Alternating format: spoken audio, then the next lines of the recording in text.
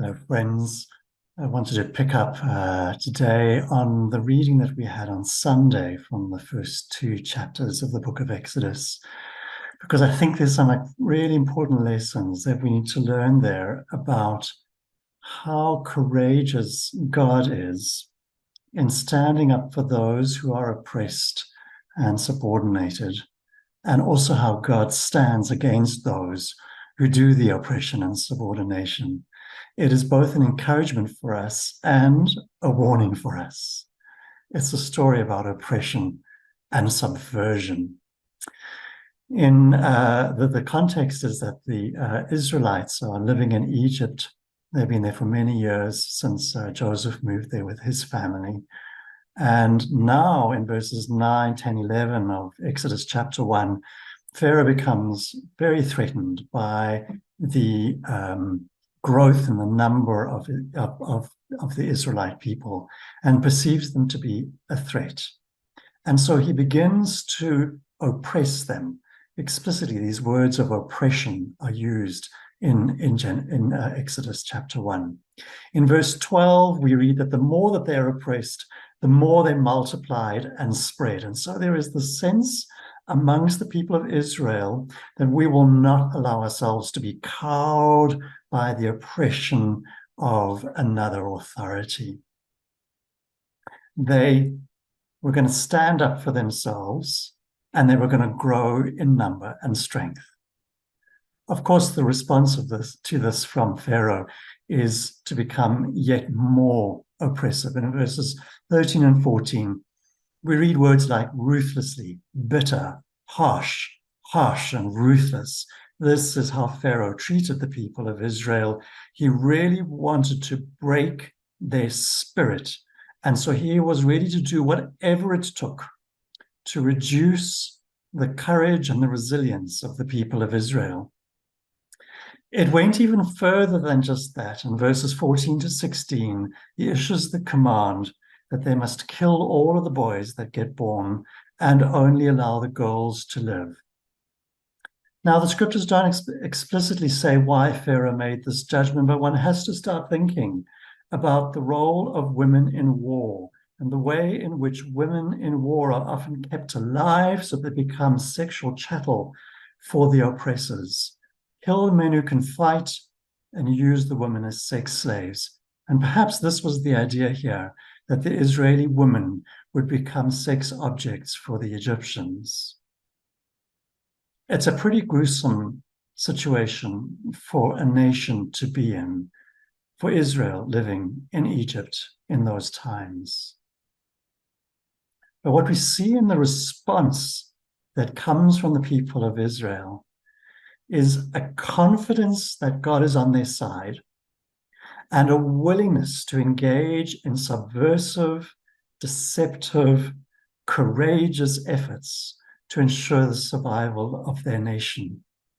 And so in verse 17, the midwives are described as fearing God, and therefore they ignored the king's command. Isn't that an amazing subversion? The king had commanded the midwives to kill the boys and let the girls live, but the midwives feared God more than Pharaoh, and therefore they disobeyed him.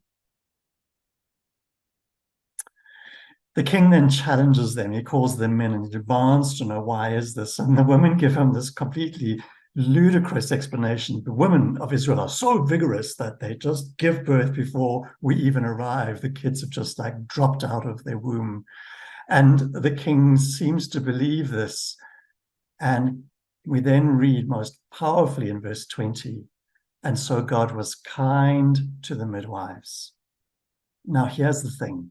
What we see here in verse 20 of Exodus chapter 1 is that God rewards their subversiveness. When a people are being oppressed and subordinated and exterminated, God supports their subversion. I think this is really interesting because we often think of God as being the peacemaker and being quiet and being gentle and nice and loving and so on. But here what we're seeing is that there's a kind of deceptiveness that God is indeed rewarding.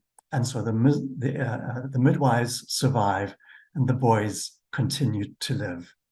In verse 22, Pharaoh repeats his order: kill the boys, let the girls live. And again, the midwives ignore him.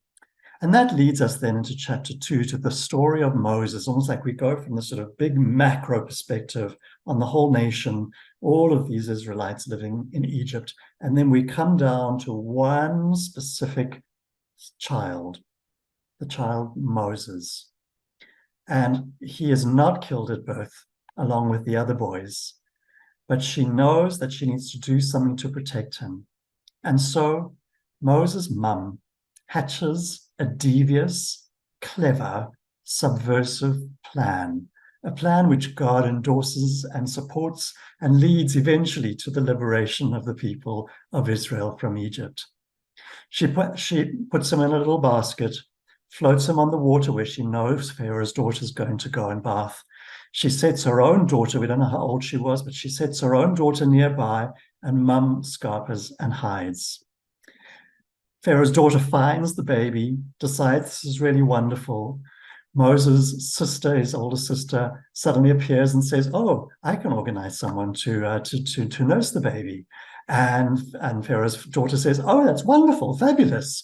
And so Moses' mother gets to raise her own child until he comes of age, and she hands him over to Pharaoh's daughter, and he becomes as an esteemed member of Pharaoh's court.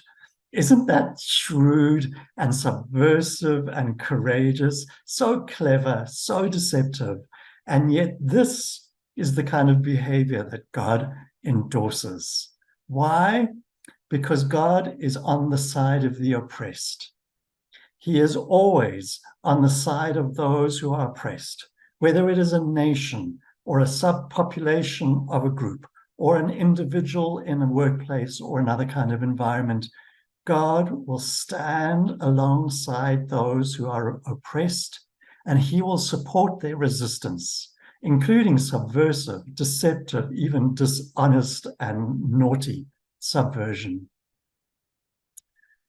Dear friends, it is wonderful that we have a God who understands the issues of social justice, who understands the plight of those who are oppressed and marginalized, who are subordinated and attacked and harmed. He stands with them. Jesus stood with us on that cross. He died alongside us as one of us. He does not stand remote. So 2 key messages that I hope that you'll take from this short message. The first is this: when you experience oppression in your workplace, in your family, in your community, in our church, wherever it is, resist the oppressor. Be clever, be bold, be assertive, be subversive. Stand up for yourself and claim what God desires for you. God has already shown that he is willing, more than willing, to support such behavior.